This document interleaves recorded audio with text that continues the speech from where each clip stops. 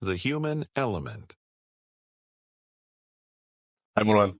Hi, Monsef. How you doing? I'm good. How about yourself? Awesome. So thank you for joining me for this new episode of the podcast called The Human Element. I really wanted to do this episode regarding the tourism industry in Morocco, which is a pretty good subject to talk about, and appreciate the invite. I saw the first few episodes and looks something very interesting. Thank you very much. Thank you very much. So for the people who don't know you, can you introduce yourself? Okay, so my name is Marouane Naim, Moroccan born and raised, born in Marrakesh, grew up in Tangier. I went to Casablanca for 5 years. I like to call myself as a proud Moroccan ambassador. Not official, of course, but I do work in the travel industry. I'm a sales and business development manager with Shams Travel and Events, which is a Moroccan 100% owned company based in Casablanca. Mm-hmm. So my main role is, how do we call it in the industry, is Morocco expert, Mm-hmm. or travel designer or experience designer. So I do help travelers from all over the world to find and Best spots. have great experiences in Morocco. So Morocco is beyond, this is just overall like a side note. Morocco is beyond the hotels. Morocco is how we call it also in the industry, an experiential destination. So people do come here for experiences. So my job is finding the right experiences and designing the right experiences for very specific people. Awesome. So can you give us an idea about the scale of the Moroccan the tourism industry in Morocco? Yeah, okay. So the scale of Moroccan industry, people in and outside of Morocco usually think about Morocco as an agricultural country, or a country that only you had camels and so on. Yeah. Let's those are stereotypes. So we'll tackle those afterwards. But so Morocco is not only the minerals or the agriculture or the trade. Morocco is also tourism. So tourism is one of the most important industries in the country. I think it's the third or the fourth, if I'm not wrong. It represents a very, very big employment opportunities for big communities in Morocco. Like if we see, for example, Marrakesh, Fez, the southern areas, the coastal areas as well. A lot of local communities do work either directly or indirectly in the tourism industry. Another point also, tourism is very important. Like, let's say on average, we are talking about, like, let's say around 11-12 million visitors to Morocco every single year. And for that, the industry professionals have to always keep the pace and offer something new. So this way we avoid redundancy and we avoid being a destination which is mainstream. So Morocco relies on tourism, and that comes with the safety that we have in our country, how welcoming Moroccan people are, and also hospitality is something that, as we say, runs in our blood. Like even as Moroccans, from Moroccan to Moroccan, if you go to someone's place, you will be well welcomed. So let alone if someone is coming from another country. Yeah, you feel like home. Especially exactly. When you go abroad and you meet some new people and talk about Morocco, they always refer to Marrakesh and how good people are, how welcoming they are. Exactly. Which leads me to the next question. I mean, our podcast is called The Human Element, and you talked about people and how they have this relationship with one with the tourists. Exactly. Can you tell me more about the human side and the people behind the tourism industry? So exactly. So as I said earlier, tourism is not only the buildings, which are hotels, or the vehicles, or etc. So it's also a human element, which is why we figured that we should do this in this podcast. And as you said, Monsef, like even when we travel abroad and people talk about Morocco, they talk about the people, first of all.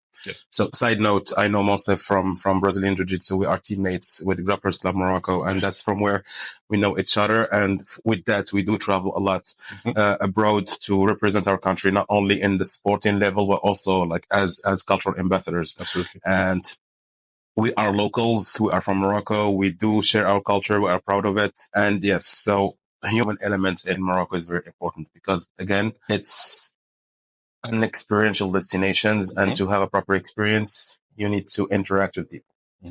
And local guides are important. Locals are important. Drivers are important. Receptionist is important. Waiter is important. every single human element and every single staff member and every single hotel is important. So that's why we have to all embrace our culture, be proud of it. And people who do come to destinations like Morocco would be more interested in knowing about you, your origins, what you do differently, why do you do certain things, traditions and so exactly. So, for example, for us, the way we talk to elderly people is a show of respect, and that's something that is not very common in foreign, in other cultures. And people, when they come here and they see how, for example, you would be talking to anyone who is like a few years older than you in a respectful way, it's very unique. So this is the kind of cultural immersion that we're looking at. And of course, the human element plays a huge part in that. So moving on to the next part, let's look at it more on our business side of things. So for us, when we, as Morocco experts, when we promise certain things, we need to deliver. So we usually tend to under promise and over deliver, which means that we avoid promising certain things and we make sure that we include surprises. So, which is good, which is really good, really good. And for that, we rely on the human element. So we make sure that everyone takes care of those guests because they are not clients. We don't call them clients. We call them guests of our country, of our cities, of our, of all of us. So everyone should take good care of them the moment they arrive until the moment they leave. And that means from the airport to the luggage belt to perhaps the taxi driver, to the receptionist, to the bellman, luggage carrier, restaurants, all of it. So all of it. So it's very important that we make sure that we offer and also make sure that it's consistent throughout the entire trip, especially that people would come to Morocco for an average of 8 to 9 nights. And we want it to be a consistent and also in a crescendo way. So it starts in a level and then it keeps impressing and better and better until they end on a high note. And I'm not throwing, I'm not trying to like undermine certain partners or like trying to undermine our jobs as DMCs or as luxury service providers. But honestly, our job is not that important when it comes to delivering the trips. So it's the people who do make it or break it. And at the end, guests, when you ask them, what did you remember? They would always tell you, I remember the waiter at the restaurant in Midelt, or camel ride guy in Merzouga, or the guide. They're not going to remember us. They're not going to remember the people who've been planning the trip for a few months. It's the local community that matters the most. Absolutely. So, for example, when you have some people coming in Morocco, in the Capital and so on, they come for the Moroccan experience. Especially for food. They don't come to taste, to taste pasta, pizza, and so on. They want tagine, couscous, local stuff. Which leads me to my next question. Like, how? Yeah, but for that specific point, that's something also very unique to Morocco. But because again, people would still come here for the immersion, but they will still need some comfort. Okay. Yeah. So knowing that if they go to Marrakesh and let's talk high end and luxury, and knowing that if they go to Marrakesh, for example, and they know that they have some Michelin star Italian hotels or restaurants that they can go to eat like very high level restoration, like food comparable like to what they can have in France or in the US or any other country in the world. That's something very, very.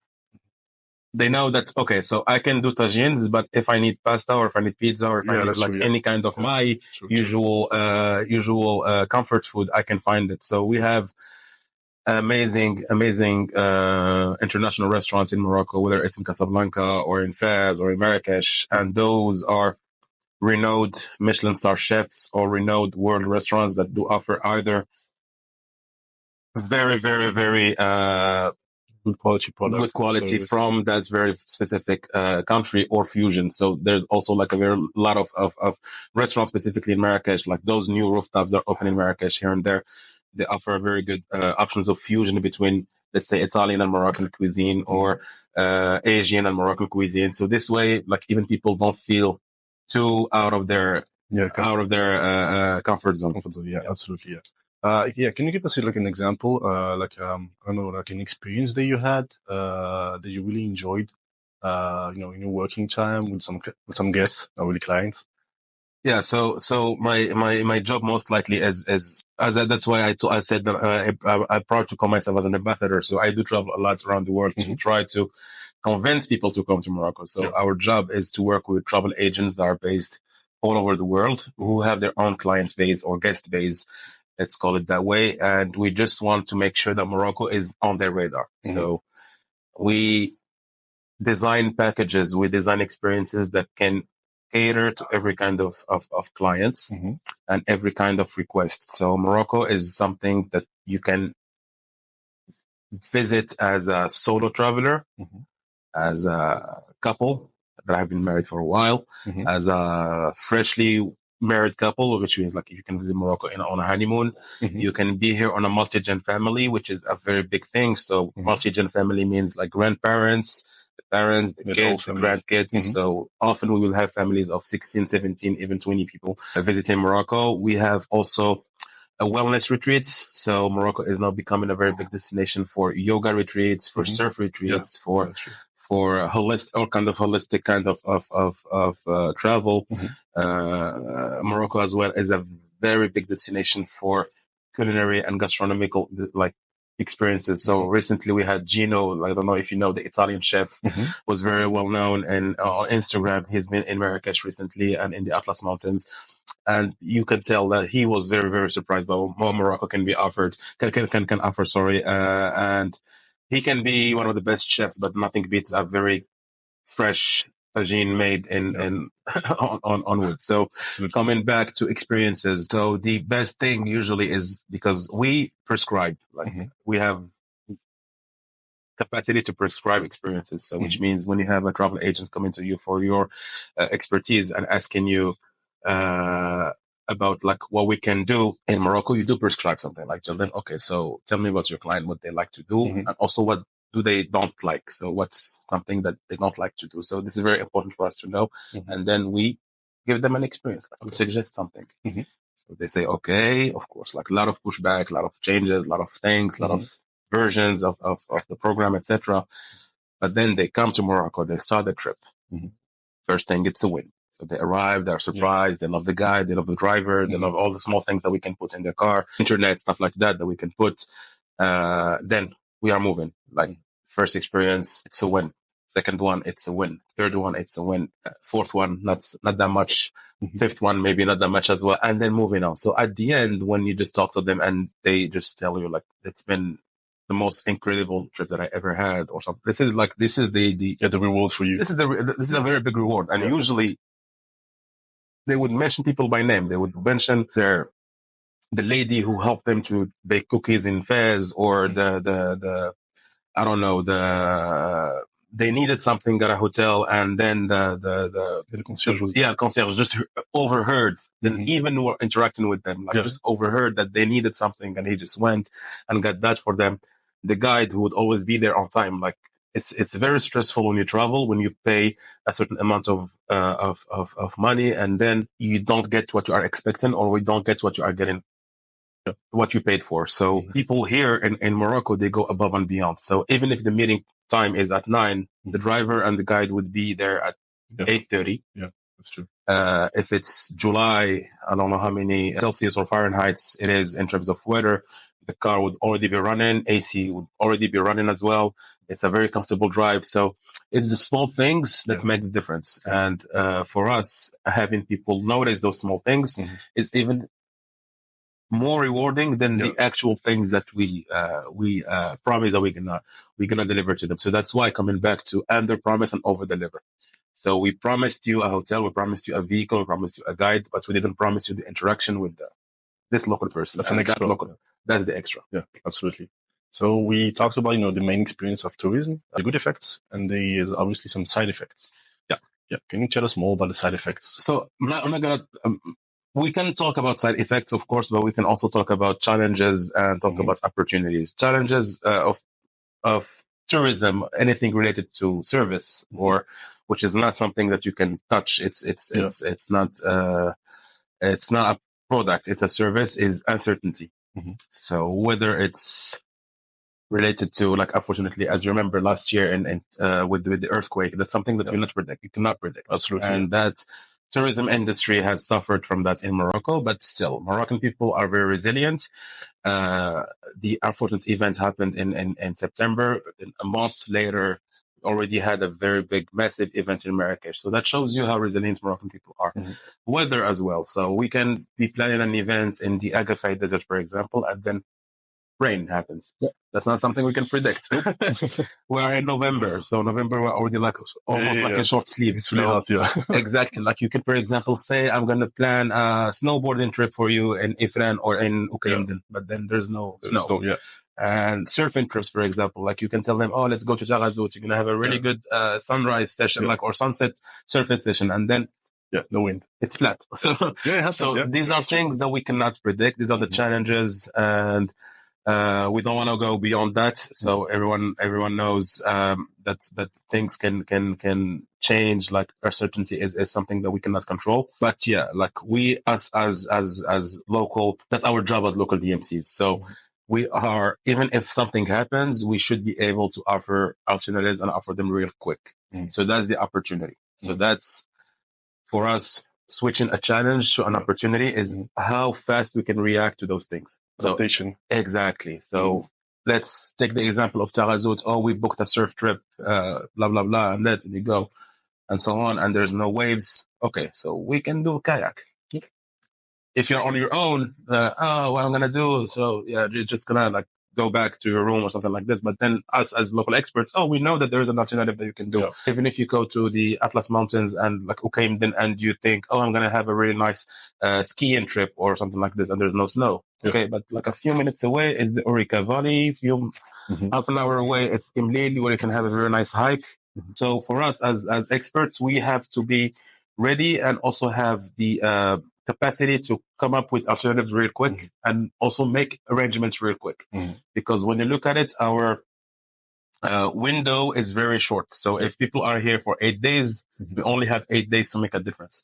So if let's call it an issue happens at 8 a.m. or at 10 a.m., we should have a resolution by 8:30 or 9 maximum.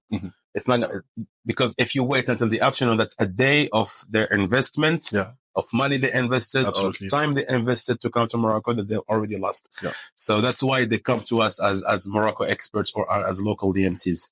And so let's talk about the question that you asked, side effects. So side effects, of course, is very important for a destination like ours, is losing your culture. So I'm a person who is very, very proud of my roots, of my culture. That's something I push forward whenever I have the occasion to do so. And unfortunately, like our new generation you can see that they are moving to the European. You can talk English, like you can watch whatever you want to do, like you can do whatever you want to do, but just don't forget your roots. Absolutely. Don't forget those things are, if we don't take care of them, which is our generation, if we don't take care of those, if the heritage, it's gonna disappear. Just fade away, slowly fade away. We have already cases in Fez where some very unique crafts or arts have already vanished, like making like some very like unique craftsmen or crafts that have already vanished from Morocco, like brocart, or like making some like with the cow horns, like making some very unique decor stuff. There's no one making those anymore, because the last people who used to make those unfortunately passed away, and the art wasn't passed to a new generation. That's a pity. And imagine that impact of that in a few years. So fortunately, we have a new generation of young professionals who are into the mindset. Not just that, we also have a very big community of locals who are into moving our culture and being proud of our culture, whether it's through dance, through music. I can talk about like some Moroccan bands who have switched from English to Amazigh in their songs. I can talk about some dance crews who have now been using local Berber clothing in their choreographies, which is amazing. Like they are using foreign music, but still wearing our own clothing, which is very amazing. And then people would see that, that's very stylish. That's very. Where's it from? Yeah, where is it from? Hey, it's from Morocco. Okay, can you give me a piece next time you come in? So that's something we should push for. I personally, when I go, I always make sure that I'm wearing a piece of Moroccan clothing on myself, because wearing suits, wearing the ties, wearing the shirts is nice, looks nice, but not my cup of tea, and as you say in British. So that's the biggest side effect that is losing. I think the right word for it is normalization. So losing your culture to another one. So you can read, you can build your culture, but don't lose yours. Don't lose your roots. Be proud of them, and push them forward. Like whenever you have the occasion to talk about it, because it's you take things for granted when you meet with someone and he just walks in and sees, let's say this. Yeah, absolutely. This is a story. This is like the way this is made. It's just fascinating. It's not glued. It's made upside down. Absolutely. Just tell the people the story about it. Oh, they will feel amazed. Why do we eat with our right hand? Why do we do this? Why do we do that? It's things that we think it's normal, but we take that for granted. Yeah, and vis-a-vis other cultures, it's very different. Oh, why do you put the tea really high? It's okay. It's a show. It looks good, but then again, there's a reason behind that. Absolutely. It's to put some oxygen in the tea to release the flavors. It's not it's just for show. Exactly. Try to it's small things that people will, oh wow, I didn't know that. Oh wow, I did not know that. Oh, Gnawa, talk about Gnawa music. Like people love blues, love jazz, love. But then the origins of that music, it's coming from Africa to Morocco. Like you had artists who would go on a yearly basis to Swera, to Essaouira Music Festival, and listen to Gnawa music. And yes, it's a life-changing experience for them. And now they're coming back every single year because they know how rich Moroccan culture is. Food-wise, but there's a lot of things that you can do. Like you can talk about food. Like why do we eat in a certain plate? Our moms growing up, they usually cook for who are 5, but they would cook for 6 or 7 people. Why? Because you never know that someone might come. That's true. So it's things for us that, oh, okay, it's normal. No, it's not normal. Like when you tell it to someone who is not from your country, it's very interesting. Yeah, because we grew up with this idea that we always need to share. We are family oriented. So that's part of our DNA, our culture, identity. Some people might not understand it. But for us, that's normal. It's for us, that's the main side effect or main challenge. That's not just tourism, but everything in Morocco would be like arts, having some types of arts already been fading. Like recently, like you see on Instagram, a lot of new pages selling leather goods, which is good. It's leather. It's an art. It's a craft, a Moroccan craft, and pushing those things forward is a good thing. So yeah, absolutely. So I think we had a good idea about what tourism is, the industry in Morocco. I want to thank you very much. No, we're not done yet.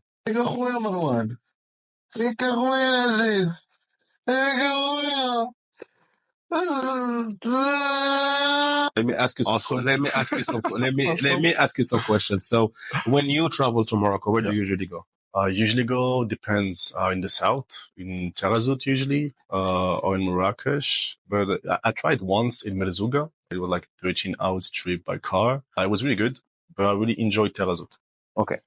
Say type of place, weather, people, food was really good. Okay, so why didn't you like Merzouga that much?